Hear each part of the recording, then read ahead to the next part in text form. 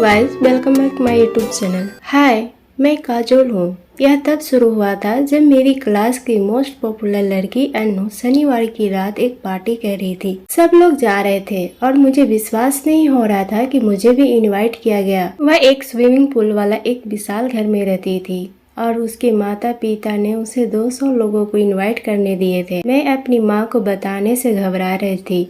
यह मेरा पहला पार्टी था जिसमें मैं जाना चाहती थी और मुझे पता था कि वह अन्नू को पसंद नहीं करते हैं। उसने कहा कि वह एक बुरा प्रभाव है तुम्हारे लिए, लेकिन मैं एक 18 साल की थी, मैं अपना ख्याल रख सकती थी।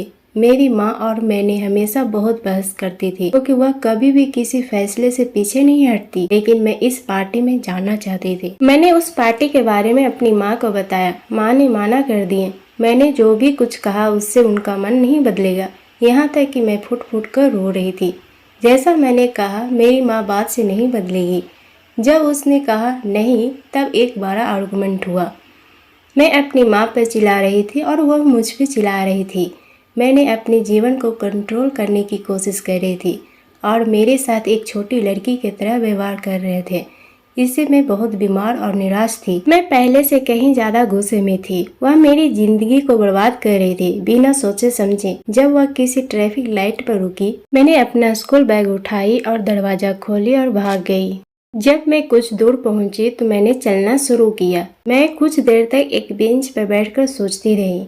मेरे पास वास्तव में कोई योजना नहीं थी, इसीलिए मुझे कुछ समझ में नहीं आ रहा था मुझे अब क्या करना चाहिए। फिर मैंने तय किया कि आज रात में बाहर रहूंगी, फिर सुबह तक मेरी माँ को इतना अफसोस होगा कि उन्होंने मुझे पार्टी में जाने देगी। मेरी माँ का 6 मिस्ड कॉल थे, लेकिन मैंने वापस कॉल नहीं किया। वह इसकी हकदार थी। अब बाहर बहुत अंधेरा था और कुछ नशे में धुत लोग ने बार में से मुझ पे चिल्ला रहे थे जैसे मैं अतीत में चली गई। मैं अब कंफर्टेबल महसूस नहीं कर रही थी क्योंकि वह आधी रात के करीब था।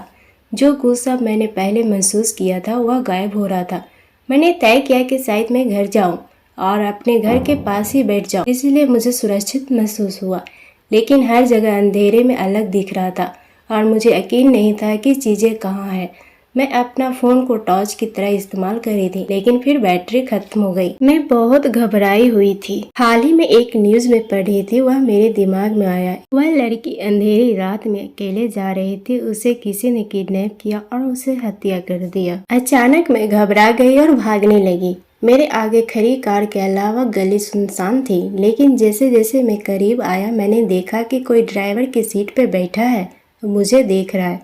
जैसे ही मैंने कार के पास से गुजरी, वहीं उन्होंने दरवाजा खोल दिया। मैं चिल्लाया और सड़क के नीचे भाग गई।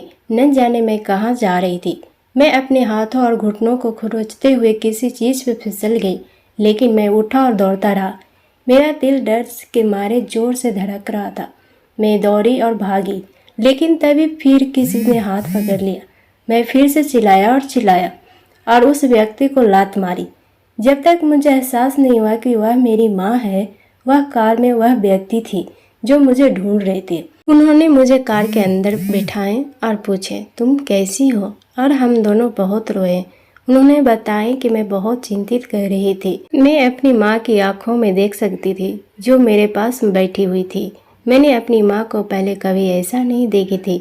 माँ मुझसे कहें कि अगर यह मेरे लिए बहुत मायने रखता है तो मैं पार्टी में जा सकती हूँ, लेकिन मैंने कहा कि मुझे यकीन नहीं था आप मुझे पार्टी में जाने देंगे। बट मैं अब बस माँ के साथ रहना चाहती थी। मुझे माँ के साथ रहने में बहुत खुशी, लेकिन मुझे बहुत शर्म भी आ रही थी कि मैंने माँ को डरा दिया। मैं उस रात अपने आप को मुसीबत में डाल ली थी और मैंने अपनी माँ को भी डरा दी थी। अब मैं यह सीख चुकी थी कि मैं अपनी लाइफ में कभी भी इतना लापरवाह नहीं बनूंगी।